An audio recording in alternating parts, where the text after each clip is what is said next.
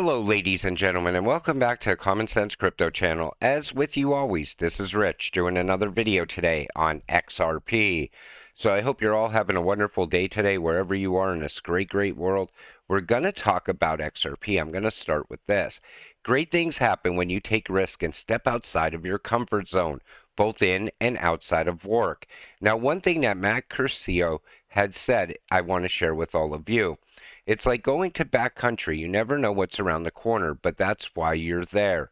The crypto and blockchain industry is evolving rapidly, and new applications are built and adoption continues to expand. Mac makes sure his team is aligned on how their work will help achieve Ripple's vision to build the Internet of Value through breakthrough crypto solutions for a world without economic borders. The great thing about Ripple is the vision that we have. It's really about changing the future of finance, changing the way people send value around the world. Matt explains, we talk about it being the third pillar of globalization, and being part of the company that can make that happen is really inspiring for me. Do you see how Ripple talks about vision? I feel that the day we got into crypto, we all had a vision as well. The day we invested in XRP, there was a vision for XRP in the future. It's going to be used for cross-border payments. CBDCs weren't even a thing yet. It was all conspiracy theory. Anyone holding XRP was a fool back then. But now, here we are in 2022, and that vision looks like it's coming to life little by little every single day. We continue to enhance our solutions to refine the customer experience and make the payments process more efficient. This year, we added machine learning capabilities to our payment solution.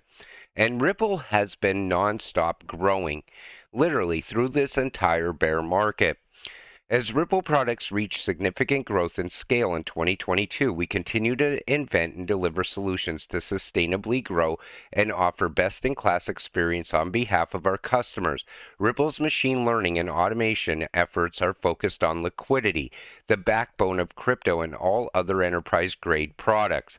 As the industry continues to evolve and more use cases are explored for crypto payment solutions, we're confident that Ripple's global payment network will simultaneously continue to expand in the years to come. Opportunities abound for ODL and other crypto for business solutions to meet the financial needs of both current and successive customers. Together, we will continue to drive business advantage and derive real value from crypto. And it's going to be bank after bank getting on board. It's going to be companies getting on board as well with Ripple. And any bank that gets on board first is going to have an advantage over other banks. That's why a lot of the banks are waiting for this SEC lawsuit to end. They want to go live as soon as tomorrow. Just in, Ripple partner D-Money pairs up with Visa to empower near real-time cross-border payment. And we see here, through RippleNet, Ripple's global financial payments network, which comprises more than 300 financial institutions worldwide, D-Money is providing more efficient. And that's what it comes down to. These companies are getting on board because they want their company to be more efficient throughout the world. And it's all about competition. We're seeing a war going on throughout the world right now. It's a currency war. On top of that, it's a tech war at the same time. Country after country, firing up their CBDCs, opening up on-demand liquidity corridors. This is that vision we seen when we got into XRP. Except today, it's becoming a fact. It's starting to become more and more clear where Ripple's going in the future, where XRP's going in the future. Ripple has water, David Schwartz. All the elements are now taken. Google has earth, Apple has air, Amazon has fire, Ripple has water. Is he talking about liquidity when he says that? Because that's what Ripple is all about. That's what it comes down to for the value of XRP in the future, on-demand liquidity. The Financial Service Agency of Japan will lift the ban on the domestic distribution of foreign-issued stablecoins in 2023. And every country is doing this because they have to compete with every other country. That's why I'm telling you, there's a war going on. It's about who gets there first.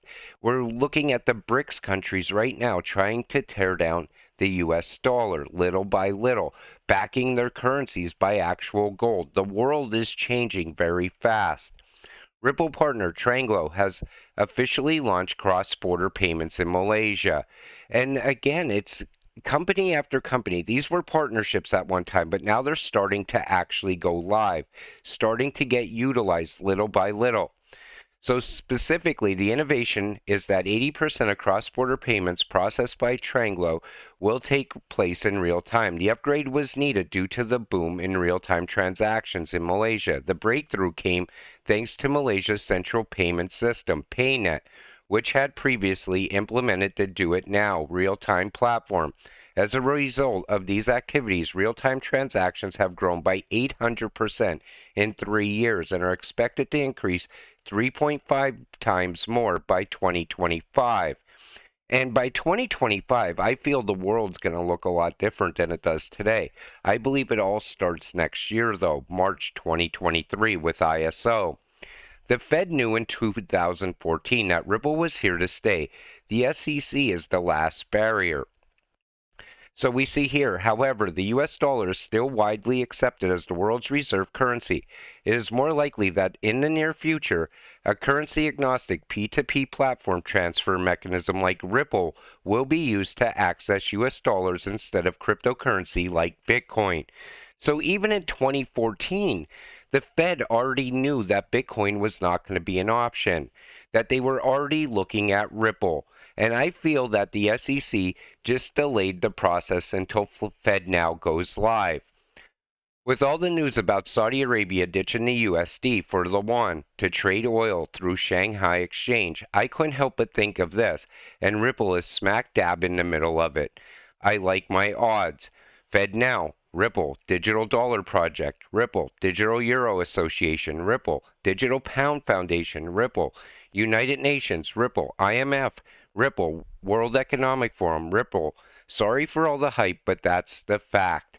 And that's what it comes down to. You got to look at the facts that are going on throughout the world.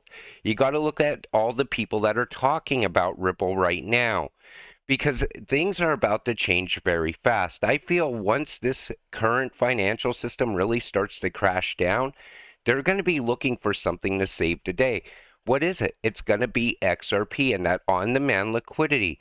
Once that new financial system comes online, that's it. If you're not holding XRP at that point, you will never get into XRP.